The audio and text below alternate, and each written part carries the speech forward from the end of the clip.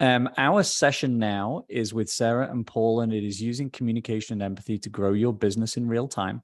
If you are just joining us, there is the Q&A function at the bottom of the Zoom screen. Ask your questions in there, and Sarah and Paul will do their best to get through them all for you. Sarah, Paul, welcome. How are you? Thank you. Thank you very much. Yes, so I just want to say hello to all of you who are tuning in today to Inspectors Together Fall 2022. Thank you for joining us. I am Sarah Dennis from HomeGauge.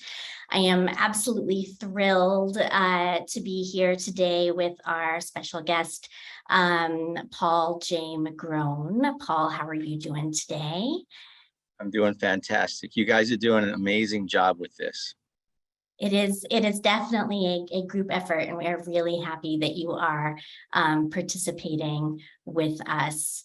Let's see. So Paul is from in Home Inspections by PJM Incorporated, which is a multi-inspector firm out of Central Florida.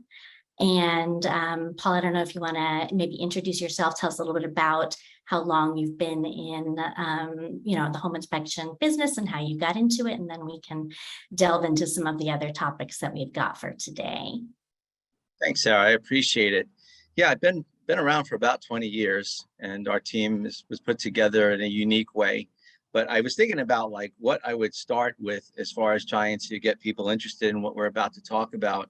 And what I came up with was everybody in home inspection comes from a different background, right? And everybody in home inspection has a different personality and style. So I want to say that first because I want to appeal to everyone and recognizing they're all individuals. So what I'd like to teach you is all the things I've learned over the years. And I wanted to make sure everyone knew that I made plenty of mistakes. You know, like they say, you got to lose to learn to win, right? So the benefit of those mistakes was I got better with each mistake I made as I moved forward. So what I'm going to share with you is how we did it, and some of our approach to the home inspection business. And what I hope you get out of it more than anything else is maybe one or two things that you feel fit your style or fit your methodology. But if you add some of these things, you can find yourselves in a position to grow, which is the ultimate goal. I started out in 2004, and to be honest with you, the first phone call I made was to Nick Gromyko. And to my amazement, the man took my call and he spent about 45 minutes on the phone with me talking to me about the home inspection industry.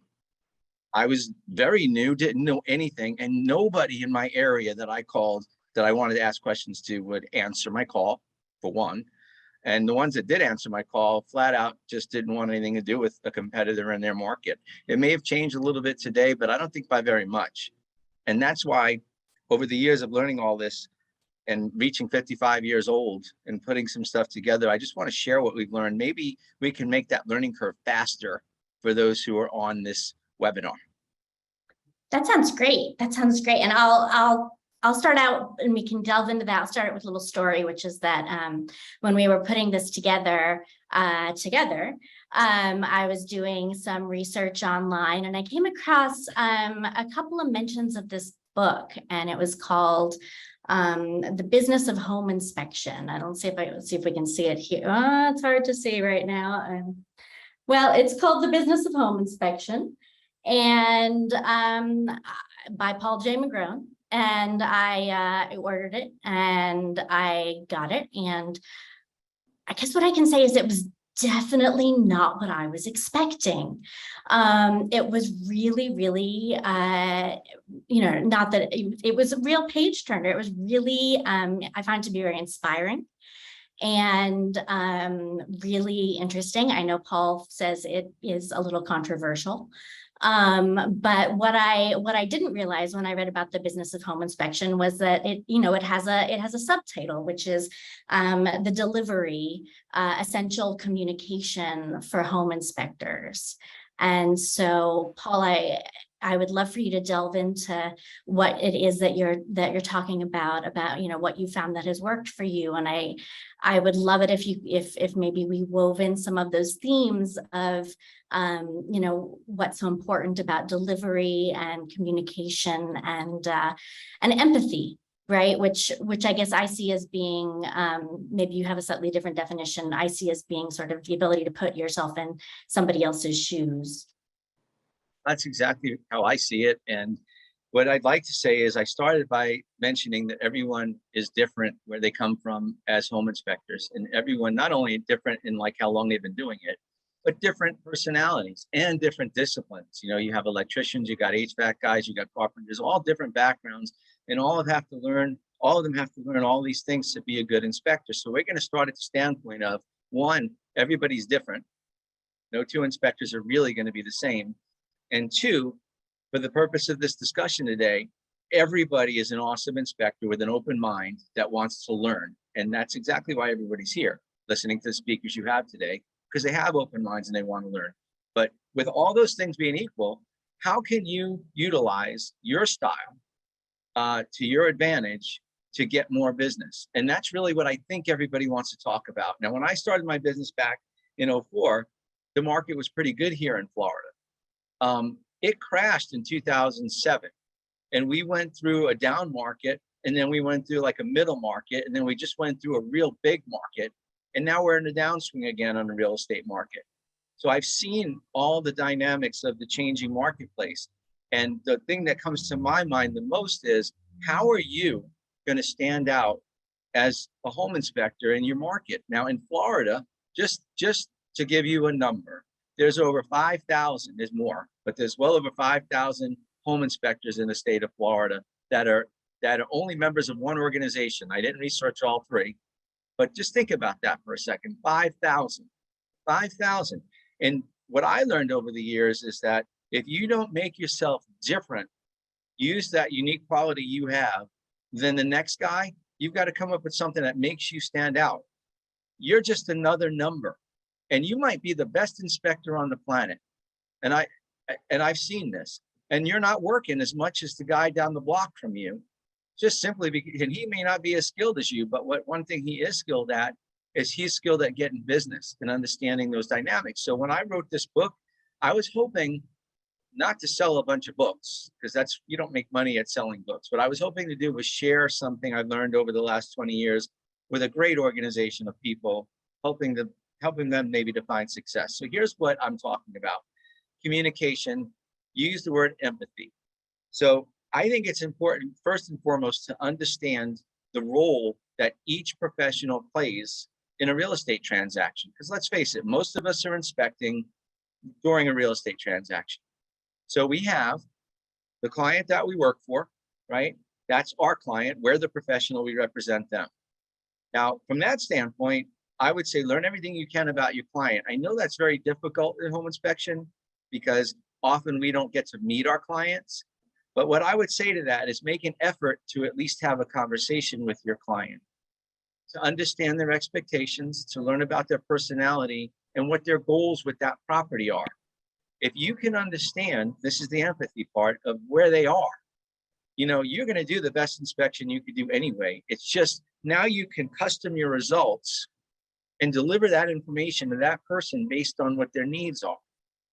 Having a better understanding of who your client is, I think, is a great advantage.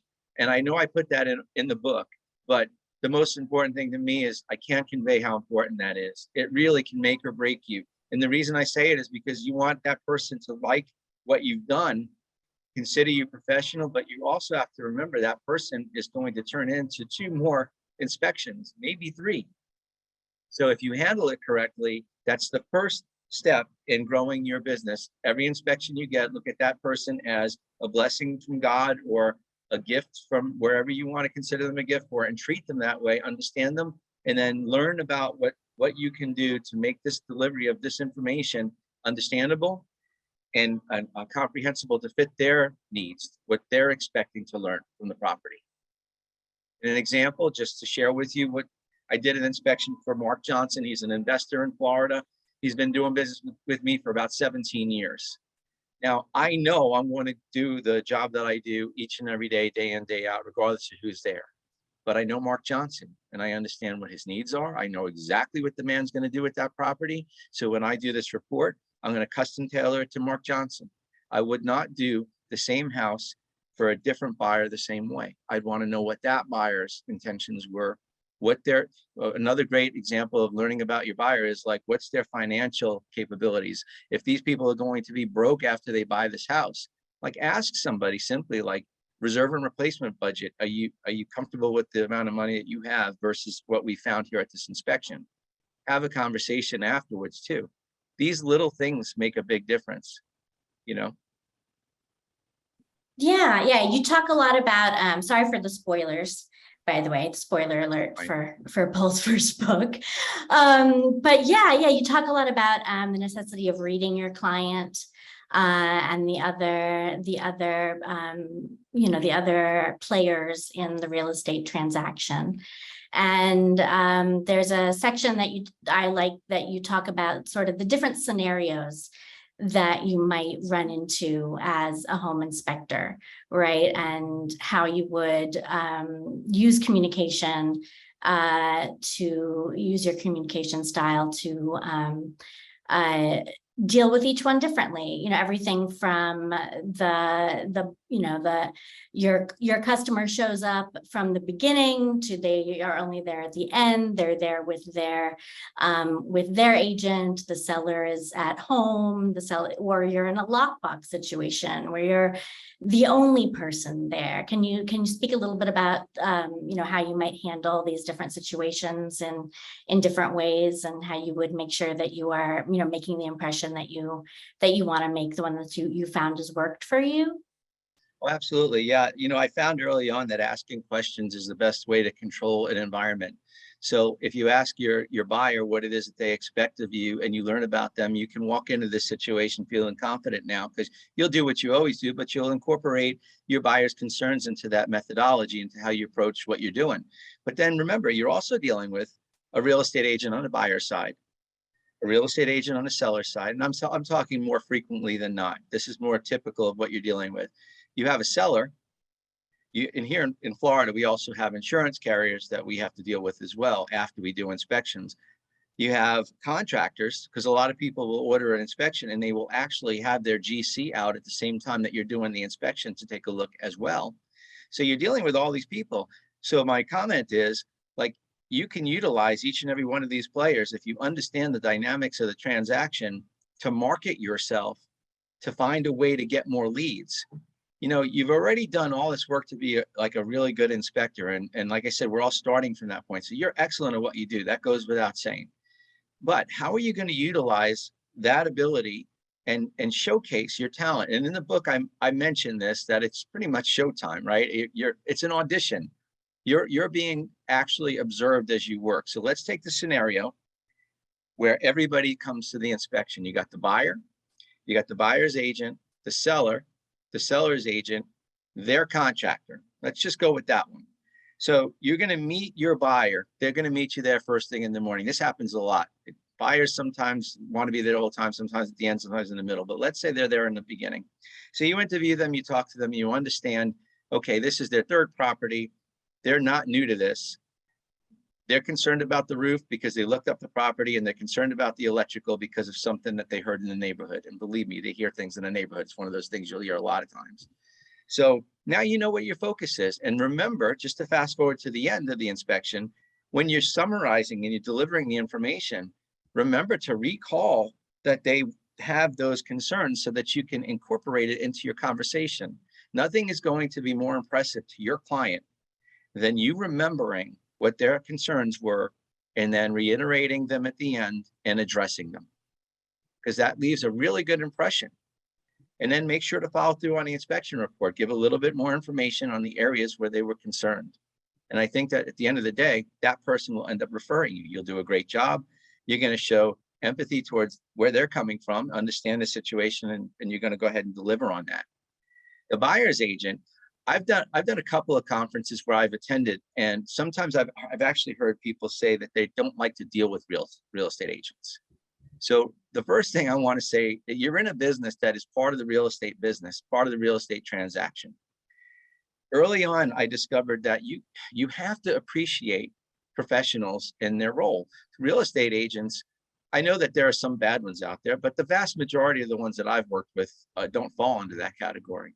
What it is you've got to understand the situation that you have in front of you. You know, understand that real estate agents, I'm talking about the buyer's agent right now. Real estate agents spend every morning, give or take a couple hours prospecting to get a lead, right? You have to understand this. Then they finally do get a lead and they start showing this person the homes based on what the person told them they're looking for. And they may be with that person too. Now, this will vary, just so you know. If you have a hot market, things happen quick. In the market we're about to come into, where it's going to be a lot slower for a little while, it doesn't happen as fast. So this realtor on the buyer side might have spent 2 months trying to find them a property that meets their needs. So now they find that property, they make an offer. There's 3 other offers on the property. They're hoping it gets accepted.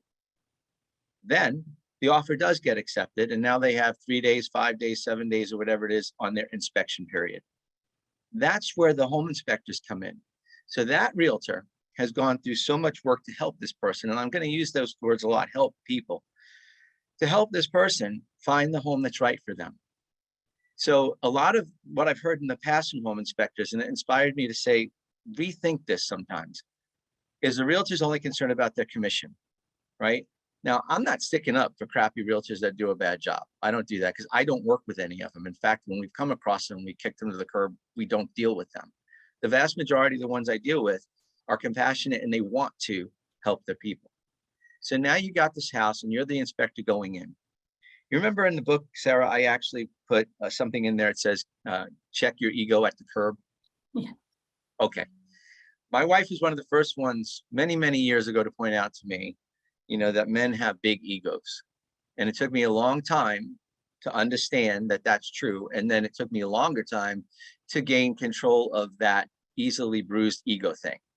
Check your ego at the curb, because when you meet this real estate agent, the reason why they're nervous about the inspector is because they think you're going to kill their deal. Now, if they're just a loser realtor, kick them to the curb. But most of the realtors are nervous you're going to blow their deal because a lot of them have dealt with inspectors who don't communicate well. And a lot of them have dealt with inspectors that have a really big ego and would rather get into almost like a headbutting conversation on site versus something intuitive, informative, and educational, and helping people understand what's going on. So if they've been burned before, there's a reason why their guard is up so high. So how do you handle this person? What is the best way to handle this person? In the book, I also mentioned everyone's always watching you. So what I usually do with a realtor I've never met before is I will introduce myself. I'll make sure that I ask them if they have any concerns about the property.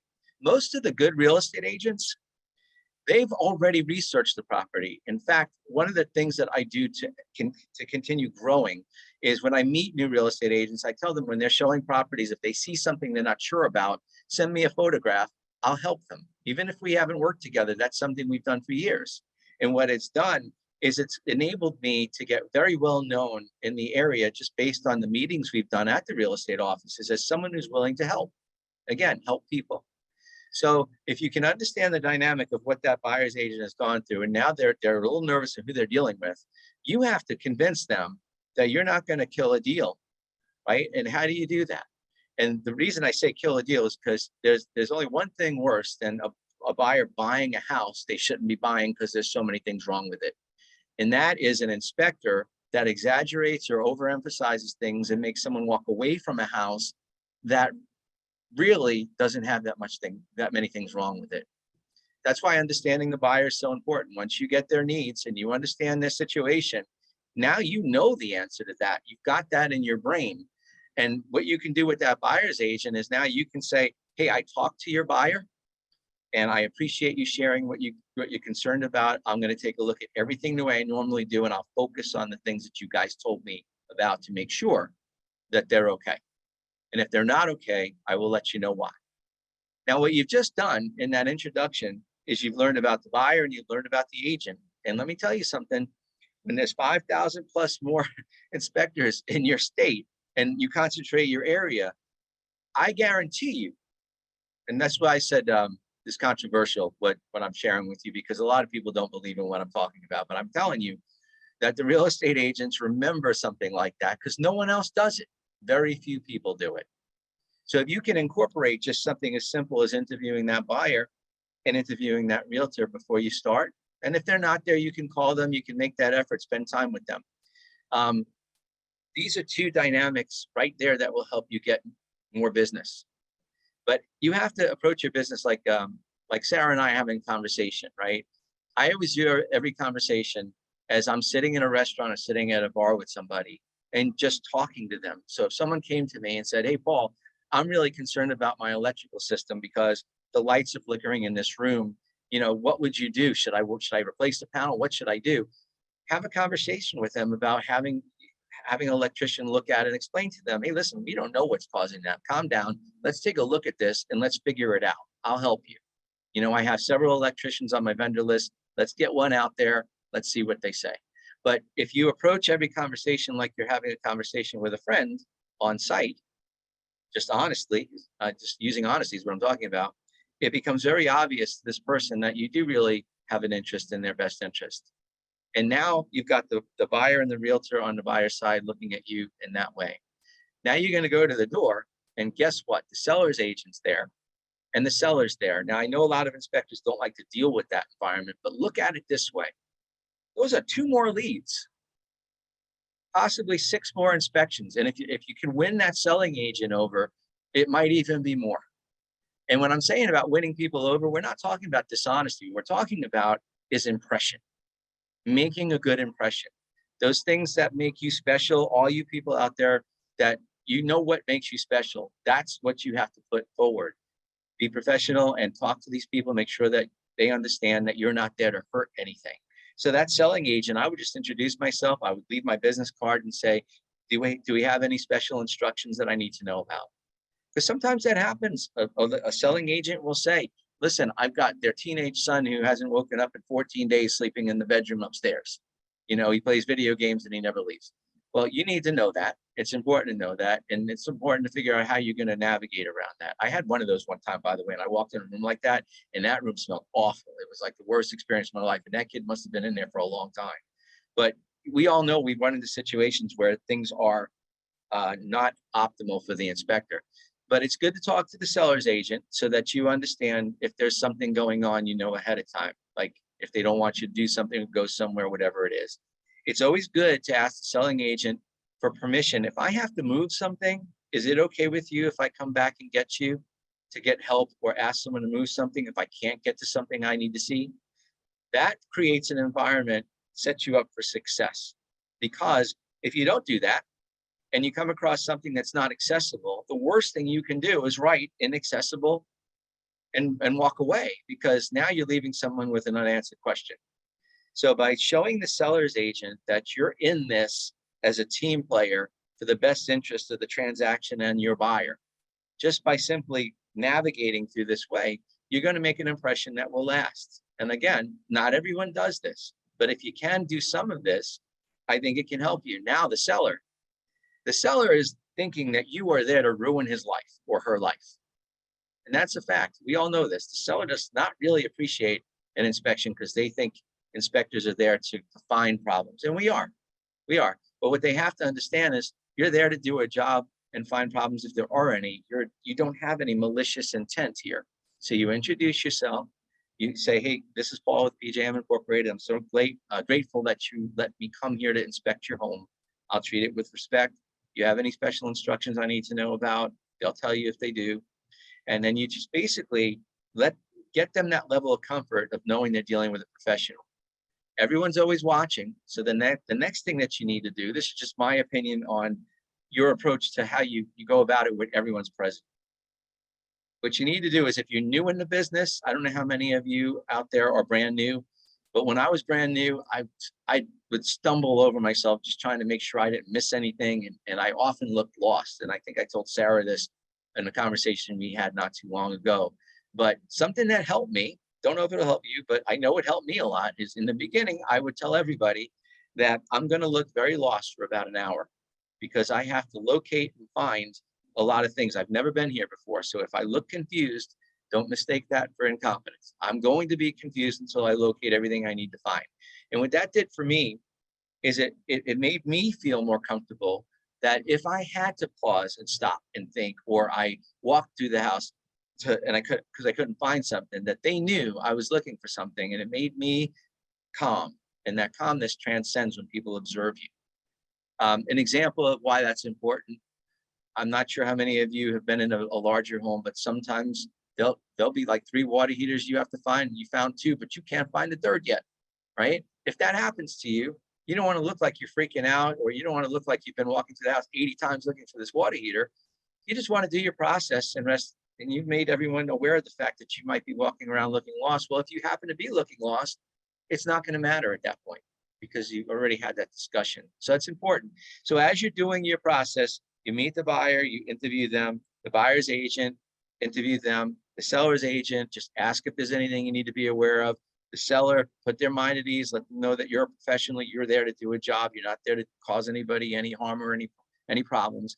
And now what ends up happening is the level of stress that comes with the home inspection process goes from here, not here. They're still not going to be comfortable, but they're going to be a heck of a lot more comfortable knowing that they're dealing with someone who actually has empathy. What you've just done there is you've attempted to understand the situation that the buyer has, the buyer's agent, the seller's agent, and the seller. And now, because you've learned these things, you're in a better position to do your job. And then at the end, when you have to summarize, you're going to be very comfortable. I could just share that. I know a lot of guys in the beginning, when you do the delivery at the end, it could be a little nervous. So this process helps you go from here to here too. You can be calmer. And remember, we're all starting from the same place. Everyone's excellent at what they do, and they have open minds, always willing to learn. So you guys are basically doing a really good job. And now you get to the end of your inspection. So the first thing you want to do is check with your buyer and your buyer's agent as to where they want to do this review. That's really important because we want to do the review in an environment that the buyer feels comfortable in and the buyer's agent feels comfortable in. All these transactions are so different. I mean, I've done the delivery in front of, like, the buyer with the buyer's parents, the seller with the seller's uncle and cousins, and both agents all in the same room at the same time. Okay, I've done that. I've done it where the buyer says to me, can we go over it at the end of the driveway? I really just want this to be private. And this is why it's so important to ask, because you need to know. You don't want to just start talking to the whole group and doing your summary in front of everybody. I know that seems like something everyone should know, but believe me, I've trained a handful of people, and not everybody, this is not something everybody automatically knows. I guess it's something that you learn in the real world in real time. Some of the inspectors that I want to mention, just to let you know the success that they found by just kind of like these little things that we're talking about. Jason Solano, he's one of my guys, and he's one of the most requested home inspectors in Central Florida right now. Everybody asks for this guy. He does a really good job. Is he better than the rest of us or better than the rest of the guys in the area as far as technical? Probably not. Probably competent or equal to. But what puts him over the top is his personality and his ability to understand people. As a teacher, he has a really good quality of listening well. So when people talk to him, he receives the information and he retains it. He retains it and then he incorporates it into his process. So he's pretty good at that with everyone, including the buyer's agent and the buyer. Jason's also has his pilot's license, and he's had it for years. He had it 5 years ago or before I hired him. But Jason is so good at what he does because he's got that calmness. He's got the ability to communicate. And when we started working on this book, I wanted him to put the course together with the book. I actually wanted to do a course that has not materialized yet. But the reason we wanted to go that route is because we were finding success with this. So with everyone that I work with, Jim Sisko is another person. This man is a military vet, and he comes in here and he's just, again, people love him. They request him all the time. He doesn't do it the same way as Jason does it or the way that I do it, but he incorporates the same philosophy. And when you start to see, as someone who's like trying to take on a role as a mentor in some capacity, that would be my goal. I get to see these guys in the different ways that they implement what we're sharing with you. And I can tell you that they're all different people. And the fact that they've all found success with this is pretty impressive. And I have to admit, early on, when, especially Jason, when the phone would ring and people would be like, oh, we have an inspection, we're on order for such and such. And they would say, any inspector that you would like to use. And they would say, Jason, if I happen to be in the room, I'd be like, what? I get actually a little bit taken back by that. Wait, hold on a minute. I'm the owner of the company. How come they're calling Jason? So I was so proud of him, though, for this. He accomplished such a huge thing just by implementing what I just shared with you. There's a lot more to this, but I wanted to assure you that what we're speaking about actually does make a difference. And that's, I guess, where the controversy comes in, because there's a lot of people who think that communication and empathy and all these things don't really have so much of a role. So I thought it would be refreshing to bring that to the industry, at least on some level, you know. And I think we're doing a pretty good job. Now, I've learned a couple of new words over the last few weeks. Attrition is one of them, and I wanted to talk about that. I know why you're laughing, but I wanted to talk about that because the home inspection business has a high level of people that leave it, attrition, if you will. And the reason I think that is because it's difficult for a lot of guys who come from backgrounds where they were carpenters, electricians, or whatever, to come into an arena where you've got to sell yourself. It's a difficult thing to do. If you've not learned anything about sales and marketing, you know, when the market's hot, it's like the real estate agents always told me throughout the years, you know, when the market's hot, like we just been through, anyone could be a realtor really and survive. When the market's hot, anyone that's somewhat qualified on the technical side can do home inspections. Proof of that is because guys last 2-3 years have been working quite a bit. But now with the market slowing, how do you stand out from the rest of them? How do you survive? And what are you going to do to make sure that when the volume is now here and maybe even here, how are you going to ensure that you get the call, right? Because you're going to have to figure out how that happens. Let me give you some advice on that. It might be something that helps you. I know it helped me during the crash in 2007. What I did is I started to really up my game in marketing. Now, marketing in 2007 is much different than marketing in 2022, just FYI. All different. Guerrilla marketing thing is totally different. A lot of it was a lot of legwork. You guys now are mostly online and able to do a lot of it online. Regardless of how you do it, you've got to be the person that's always on their mind. Remember the kids in the back, like, you know, you see these movies where like, are we there yet? Are we there yet? Are we there yet? When you're taking a long trip, right? I hate to say it, but you've got to be that way with home inspections. You've got to be on, you've got to visit real estate agents, talk to them, call them, text them, email them, because you want to be the guy that when their inspector can't make it, that's on their mind. I got to get an inspection done in 5 days. None of my guys are available. Well, what about that annoying SOB that keeps calling and texting all the time? Why don't we give him a shot? The more that you are enthusiastic about promoting yourself, the more you will make yourself known to the real estate agents in the community. And they're the ones who are going to get you the bulk of the work. I know that a lot of people think you can, you know, do it through directly marketing to buyers and stuff like that. Sure, that's a small part of it, but you can't survive on that. You got to deal with professionals that are out there hustling all the time and getting business. And that's the key to success, is networking with those people. And what I found in 2007 was all those real estate agents that were able to make it because the market was hot, as soon as the market went down, they were gone. They were gone. And right now we're in an environment that's not that much different than that. There's a lot of home inspectors right now that were really riding high for a while, but that volume, you're starting to all see it a little bit, is starting to drop a little because of many different reasons. Regardless of the reasons, you've got to find a way to stand out. So some of these guys are going to go away. Attrition, good word. I like it a lot. It's new. I never used it before, so I hope I'm pronouncing it right. But the reality is that as the market goes down and as those guys leave, you got to be a survivor, because if you can survive it, guess what? When we come back up, you're going to ride the biggest wave of your career on the way up. You're going to grow amazingly, but you got to figure out how to make that work. So what I would say to you as far as communication on site is every inspection, is important for that reason, because you need to be selling yourself every moment of the day. So if you're at the inspection, that whole thing about learning about the buyer's needs and talking to the buyer's agent and the seller and the seller's agent, all important things. Next on the list is the contractor, right? The biggest thing about contractors and home inspectors, and we all hate this about some contractors, they'll be like, your home inspector should have told you this, or your home inspector should have known this. They love to throw home inspectors under the bus. But what if you can change that regarding you? How would you do it?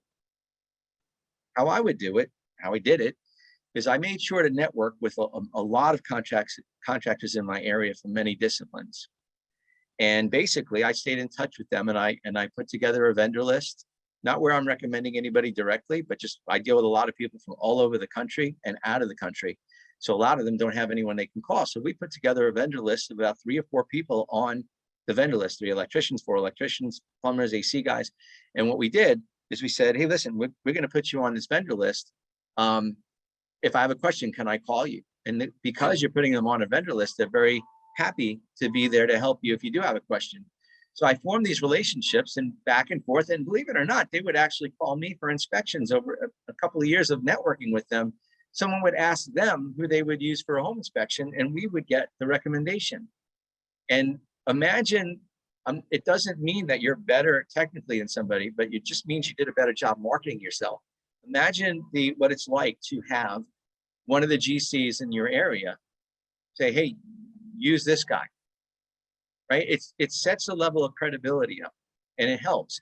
And then when your reports get seen, you know what I mean? In your area, if you're dealing with all these people, your reputation also gets affected. So maybe if you're the one who did the inspection, that contractor that's out there, oh, Paul did the inspection, I know that guy, he does a pretty good job.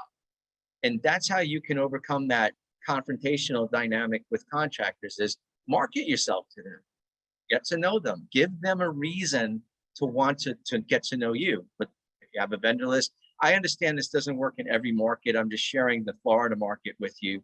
We have the ability to actually put like a vendor list together, and we can't like get referral fees and stuff like that, nor do we.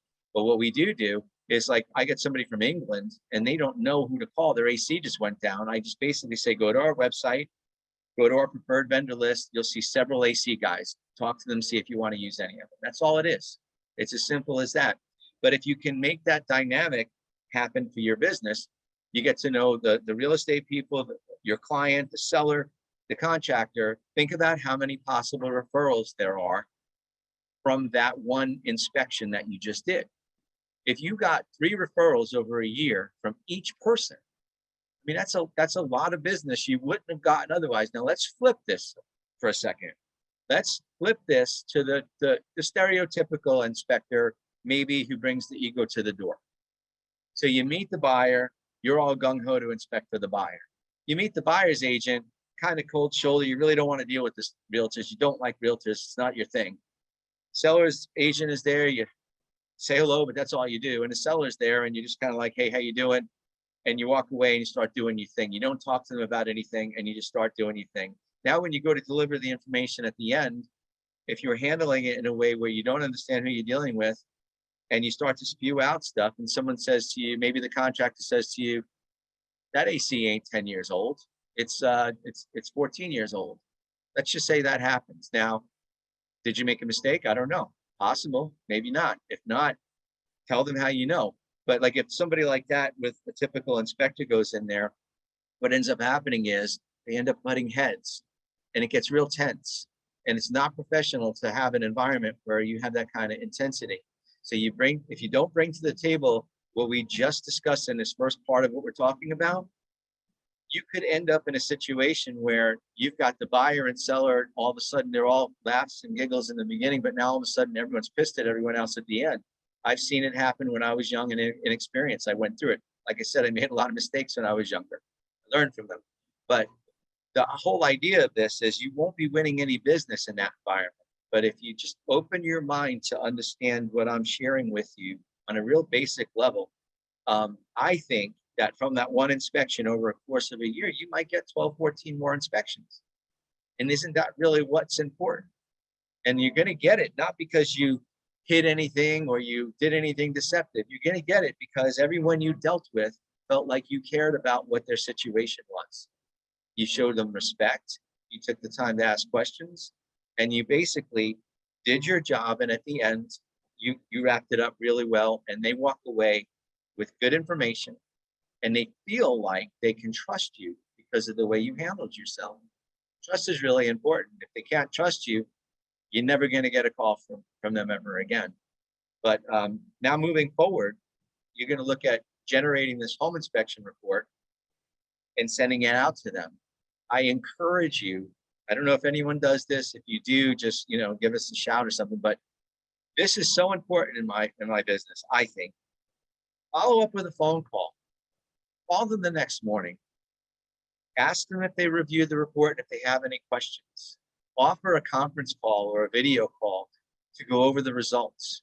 Take your time with them, and by all means, be prepared for just about anything.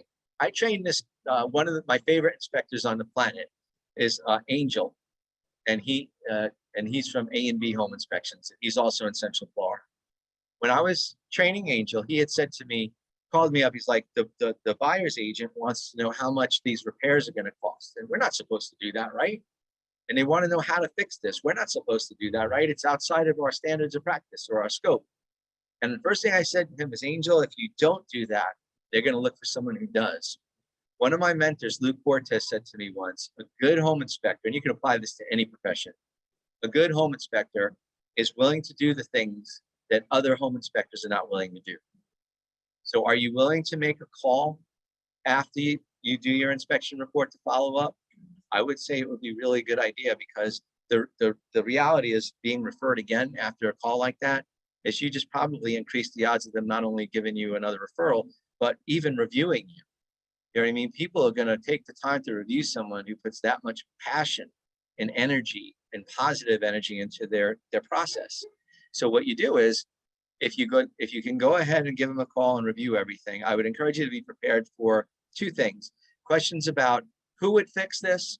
So you need to be able to let them know what discipline they need to call, and how much would it possibly cost. Give them a range so they understand what they're dealing with, some kind of a range. Possible repairs. Give them an idea like what might have to happen. Now, this applies only to people like your knowledge base. Like if you're not really sure, just tell them, you know what, I'm not really sure, but I'm in contact with a lot of different people, several GCs. I'll make a couple of calls and I'll get the answer for you. But it's that extra step that you take during your process that will typically inspire the people that you're working for to share the experience with someone else. And that's really what it comes down to, because at the end of the day, negativity, you'll never hear how bad you did. They're not going to, well, you will if they have a problem, but if they weren't happy with the way you conducted yourself, they're not going to call you and say, I'm not going to use you again. I'm just not happy with your process. It's not going to happen. But what you will find is that you'll get a lot of phone calls, especially from the realtors, and probably an equal amount of calls from the buyer's agent and the seller's agent. The seller's agent, a lot of times I've gotten calls, hey, I didn't get your card because I didn't want to appear to be, getting your information in front of my client, but I really like the way you handled the situation there. Can you send me your contact information? You know what I mean? Like your website, what have you. And it's just the idea that someone would be asking for that should be enough to inspire people to think about doing things a little bit outside the box. Like they say, if there's no risk, there's no reward. Had a conversation with Joe Ferry, one of my favorite people on the planet. This guy is he's hysterical, but he's also as tough as nails, and he's one of the best attorneys out there that I've ever met. But no risk, no reward. Joe and I had this discussion one time where he doesn't really like you operating outside the standards of practice. And that's understandable, because Joe's role and his job is different, you know what I mean, than the home inspector's role. As home inspectors, we have to make a choice as to whether or not we want to do things that could help our business that might be a risk with liability. That's a reality that we live each and every day. And I'm not encouraging you to go out there and do everything you're not supposed to do. What I'm saying to you is, don't be rigid, be flexible. So this when is you great. start, Yeah, sorry. No, I was saying this is really great, Paul, and I think it's applicable, for home inspectors and really, and just in business in general in many ways. And I just want to, we have about a minute left and we have a couple of questions. So I wanted to pop in with those and then see if there was anything else you wanted to say to wrap up. Someone asked, is there anything that vendors need to sign to be on your website, or is it all verbal agreements? No, it's all verbal agreements because it's quite unofficial. There's no signatures, there's no money exchange, nothing like that. What we did is basically we put together a list of people, of contractors that we met and we used. And if we didn't use them, property managers that we know used them. In other words, we didn't just pick them and just put them on there. So no, it's very informal. And when we present it to buyers, it's presented that way. We just put them on there for your convenience. If you're not happy with them, there's plenty of other people you can call. But most people are very appreciative of just having options of 3 people that someone has used versus somebody they don't know. That's great. And another question is, do you distance yourself from realtors that don't appreciate your approach? And if so, how do you do that? Well, I haven't had many that don't appreciate the open communication part of it, but the ones that haven't, like they just don't see us as the inspector they're looking for. It's very simple. They just would choose not to work with us. I have no problem with that at all because their job really is to be the coach of that transaction in a way. They have to manage the results. And if they're not willing to be interested in what's important to their client, then I'm not really interested in them at all. So yeah, we would walk away. They wouldn't call us again anyway if they weren't happy with what we did. And to finish things out, we've got folks who are very, very appreciative of what you've been sharing and your advice. And a couple of questions just about if the book is available and what its name is again, if you wanted to tell us that. Oh, absolutely. And I really appreciate you asking. The book is called The Business of Home Inspection. And Nick Romico was kind enough to endorse it, and it's available on Inspector Outlet. Those of you who buy equipment often visit Inspector Outlet to purchase equipment. So it's available there, or you can go to my website, pjm-inc.com, and then you click on a link and it takes you to Inspector Outlet. What we're doing right now as we approach wintertime is there's a charity that was really important to several people, and we decided to sell the books at Inspector Outlet, but a portion of the proceeds will go to Cozy Coats for Kids, which is helping disadvantaged people provide, coats for kids during the wintertime, which I think is a pretty cool thing to do. All right. Well, thank you. Thank you, Paul. We have another couple of questions, but I will get those to you afterwards. I really want to thank you so much for joining us and for having multiple conversations with me and discussions before this. It has been such a pleasure. This has been really enlightening. Thank you. I appreciate the opportunity, and you guys have done a great job. I'm just amazed that you had me. I'm grateful for it. And anybody that wants to contact me at any time, whether you buy the book or not, my information is available on my website. You can call me. I'm open to questions about, inspections in general or anything you want to talk about anytime to help.